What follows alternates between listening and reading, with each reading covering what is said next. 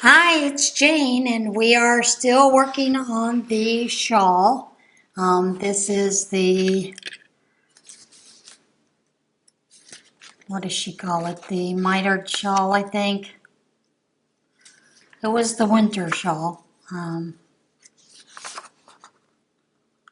Boy, why can't I think of the name? Let me get to that first page.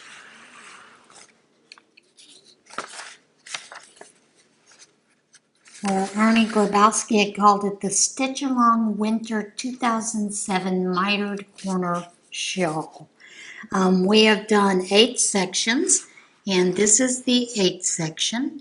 And this is the section that she had called the diagonal stripes with Tunisian purl stitches. And I can see I only did 4 rows. I was afraid with 4 rows that I would not see that, but I am seeing that striping there. So that was a little bit of a surprise because I really didn't think I would see it well. Now this next section, section 9, is what she calls the front cross Tunisian simple stitch and Tunisian knit stitch horizontal stripes. It is a 2-row repeat. I have already done that purl row to create that mark in between the 2 of those, and we are ready to start this next row. Let me get my yarn in the right place, because being in this little place, little shape, little bit of area to film, sometimes you got to play with the yarn and fight with it. All right, we are going to go ahead and start with our normal increase on the end, which is Tunisian simple here, followed by a full stitch under the bar, which is there. Now, what she has you do first of all is to skip the next stitch, do a Tunisian simple stitch into this one, then come back and pick up the one that you have skipped here. And that will be your Tunisian cross stitch. Now that, whoops, wasn't even in camera range. Sorry about that, folks. Let me pull that out for you so we can do it again. And there is my full stitch. So you skip this first stitch, do a Tunisian simple stitch in this one, pull up the stitch, then pick up the one you skipped here, pull up a stitch. And basically you're going to repeat that across. Skip the next stitch, pull up a loop in this one, it's Tunisian simple stitch all the way across. Then come back into this one that you skipped and pull up a loop. Now remember, you want to keep these loose because you are crossing over. I don't know why my camera keeps sliding downward. Let me see if I can get that fixed, folks, because that's rather annoying. All right, I think I've got that straightened out a little bit. Let's get back to this.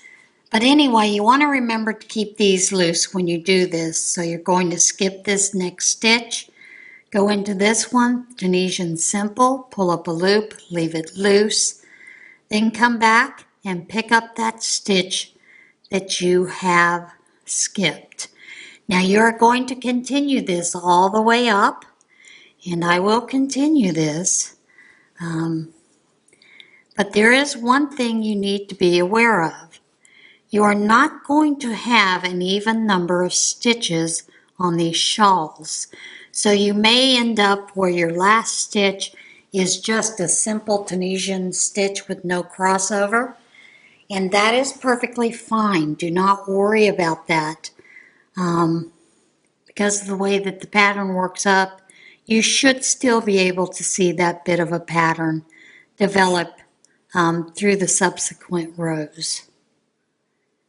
So yeah, I mean, it's a very simple stitch, and you can do it, You don't have to do it in a shawl. You can do it in hats. You can do it in scarves, blankets, clothing that you're making with Tunisian crochet. It's just a different type of texture. So, we want to continue this all the way up to the very top. Let me know if you are enjoying watching me do this shawl. Like I said, this is a shawl that I have wanted to do for a long time, but hadn't picked up the shawl in itself to do.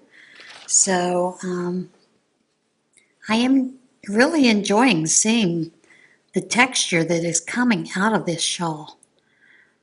Of course, I'm using Red Heart Bluebell because, my Ollie's had a ton of it. And of course, they still have some available some Ollies do. Mine does still have the Bluebell if I needed to get more. But I think I had picked up like maybe 10 skeins of it. Because it was like $1.79 or 89, something like that.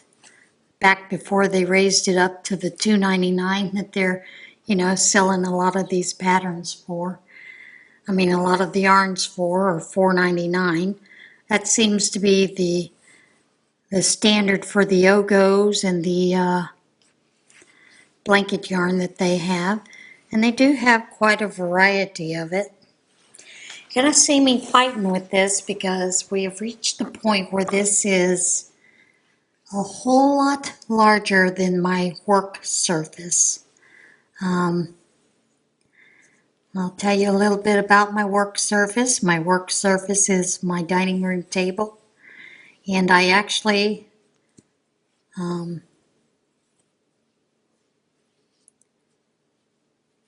my block that I'm actually working on is not the face of the table.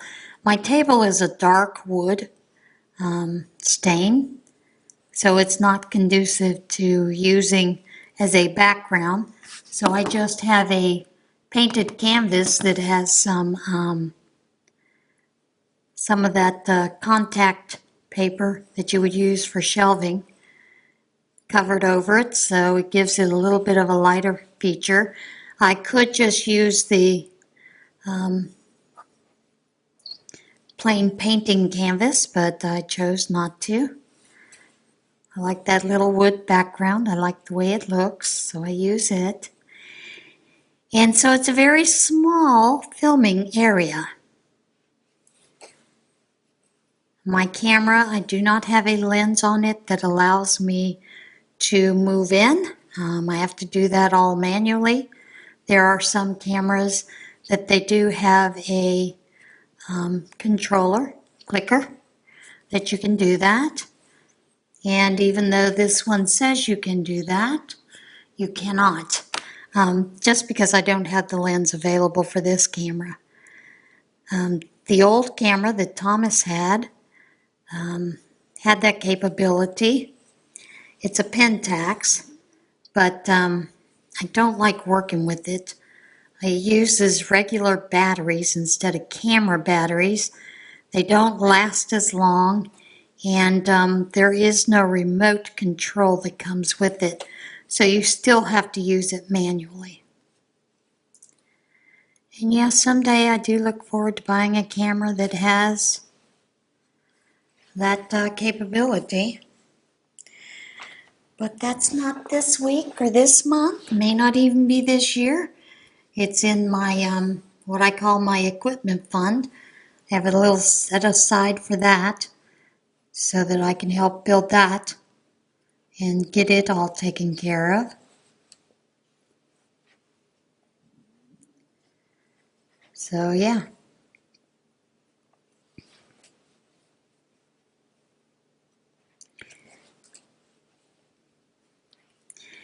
And the main reason that you want to keep these stitches loose is because you can see the way that they pull up as you're working them, and sometimes they get a little harder to work that way. But Yeah. But anyway, this is the basic stitch pattern for it. I'm going to go ahead and work my way up and do the usual build up of the stitch at the center point where you do a full stitch in the yarn over the previous row and then do a yarn over, do the extended knit stitch in the center, then yarn over and do a full stitch in the yarn over the previous row, and then I will start this pattern all the way across on the other side the same as it was and do those side increases. By now you know what those side increases are, but I'm going to continue working on this until I get this row completed. Then we will come back and see what the second row for this stitch pattern will be. See you in a few.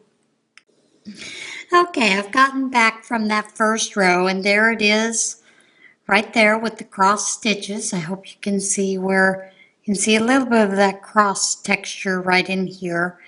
The second row, what you're going to do is you're going to do the normal edge increases, which is that Tunisian simple, then a full stitch here. And then for the rest of the pattern, for this row, you're going to do Tunisian knit stitches all the way throughout all these stitches here. Just Tunisian knit going through both those front to back between the two bars. And that is what you're going to do with your increases at the center point, where you will do a Tunisian full stitch in the yarn over of the previous row, yarn over, do your knit extended stitch, then yarn over, full stitch in that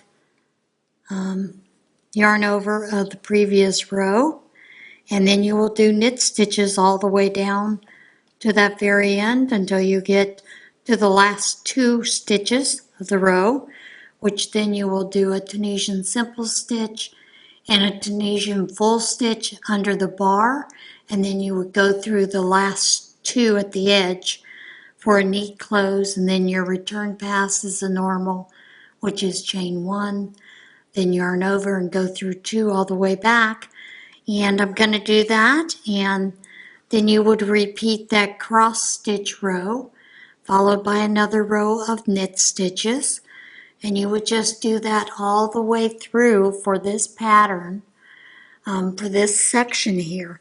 Now I'm not going to do it on camera just because it's just a repeat of the row that I did before. So yeah, that is the only difference in these rows in how they are worked and how they are done.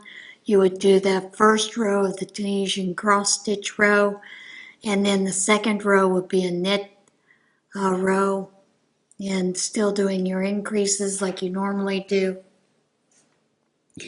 But you're to do that for 6 rows, and then to follow that row with the purl row for the next section. There are 10 sections to this pattern, and we're coming up on the 10th section. And then you would do some things, for the edging, and she does have some suggestions there. But the thing you want to keep in mind when you are doing the front or forward cross Tunisian simple stitch is that you are not always going to have enough stitches to do your cross stitches. So when you finish your cross stitch, if you only have one stitch left, you'll do a Tunisian simple stitch in that stitch. I hope you're enjoying this, and I'll see you again next week for section 10. All right, bye guys.